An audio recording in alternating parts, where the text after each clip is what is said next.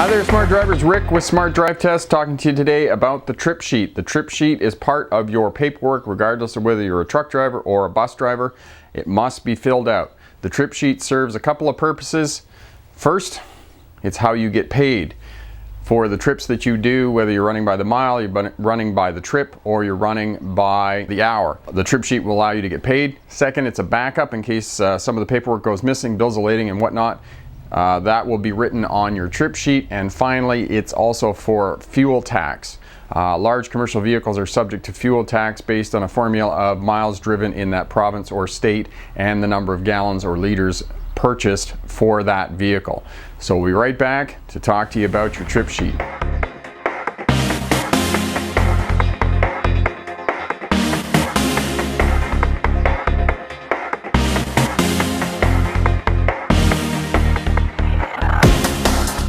Hi there, Smart Drivers. Rick with Smart Drive Test talking to you today about the trip sheet. The trip sheet I'm going to show you today is one example for long haul truck driving, and there are many trip sheets that you can see on the internet. Every company that you go to work as a bus or truck driver will have a trip sheet, and make sure you ask the company for the trip sheet and to show you how to fill it out, because each company, whether you're a bus driver or truck driver, has its nuances in how they want the trip sheet to be filled out. And first and foremost, the trip sheet is how you get paid.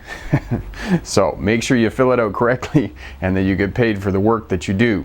On this trip sheet here, you can see that first of all, there's some basic information that you need to fill out, and some of this will be pre-filled out and given to you with your paperwork, manifest, bills of lading, and other dispatch information you get. So you can see there's a unit number. That's the unit number of the vehicle that you are driving.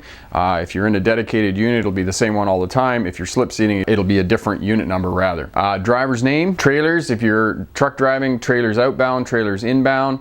The trip number, if there's a trip number assigned. If there isn't a trip number assigned, it'll be the bill of lading number. But most of the time, if there's a space to fill that in, they will give you a trip number.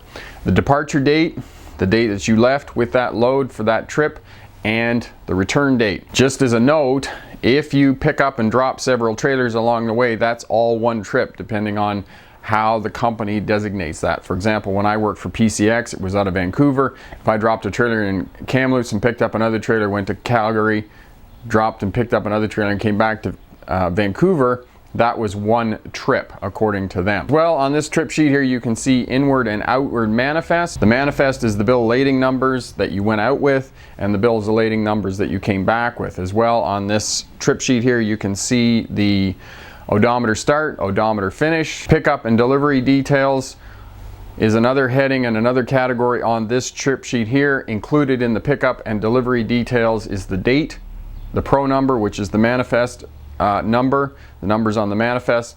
Now, just as a quick note on the manifest can be either one piece of paper for the whole load, or it can be a stack of bills of lading. And if you have a stack of bills of lading, just write the first bill of lading number and then various underneath, and most of the time that is okay for the requirements of the paperwork that you have to fill out. Just check with your company to make sure that you know how to fill that out in case they want all of them listed individually, but usually they don't. On this trip sheet, on the pickup and delivery details, the next one is the city where you delivered.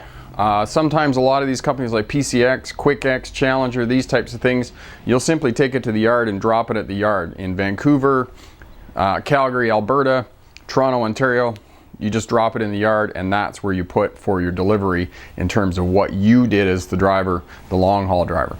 Now, as I stated in the introduction, the other piece of the trip sheet is fuel tax. And you can see here on this trip sheet that there is a section for fuel tax, and basically what they want you to write down is the date that you purchased fuel in that state, whether it's in gallons or liters, and the state or province in which you purchased fuel. And of course, there'll be a fuel receipt as well that will coincide with this. So again, as well as backup for the bills of lading numbers, the trip sheet also serves as a backup for the amount of fuel that you purchased in a state or province, and allows the company to calculate their fuel tax.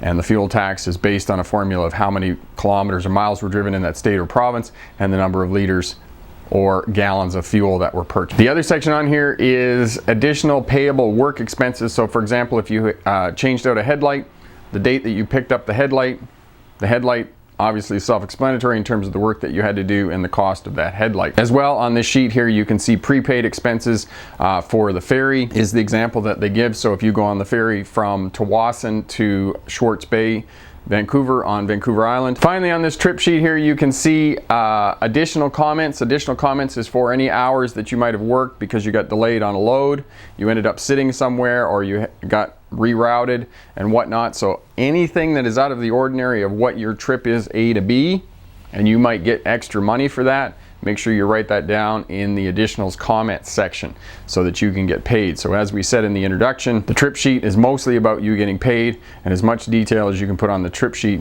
ensures that you get paid for the hours that you work. In conclusion, talking to you today about the trip sheet.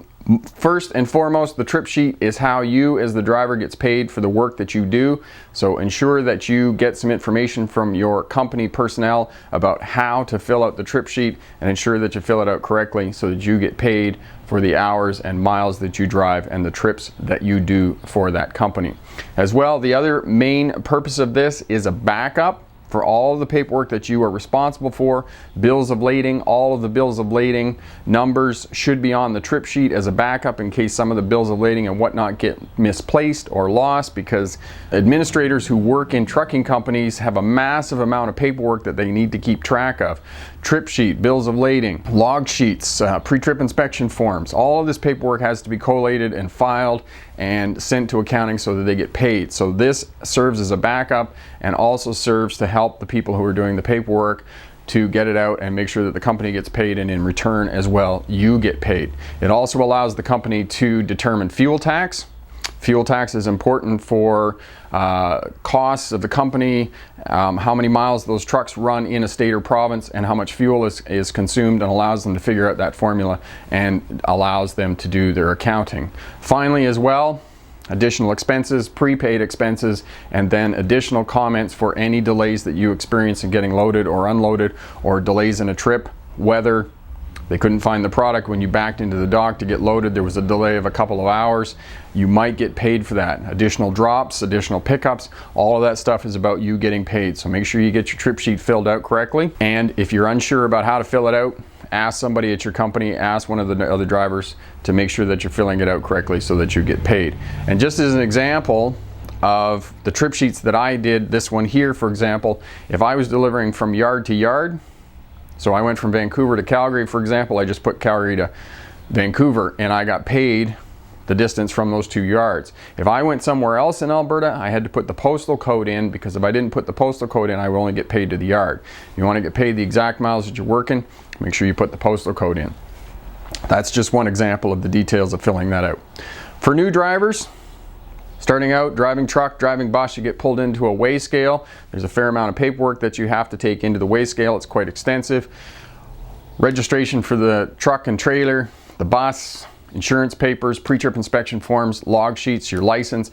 There's a whole raft of paperwork that you need to do. Head over to my website. You can see here that there is a free checklist of paperwork that you need to take into the scale. Head over there, sign up for my website, get the free paperwork as well. We'll sign you up for the newsletter. You get lots of great information that we'll put out every week that will help you to be professional, help you to make sure that you don't get a fine when you do get pulled into the weigh scale, so there's nothing more than a minor inconvenience going up and down the road. I'm Rick with Smart Drive Test. If you like the video, subscribe, share, leave a comment down in the comment section. All of that helps us out. Remember, pick the best answer, not necessarily the right answer. Have a great day. Bye now.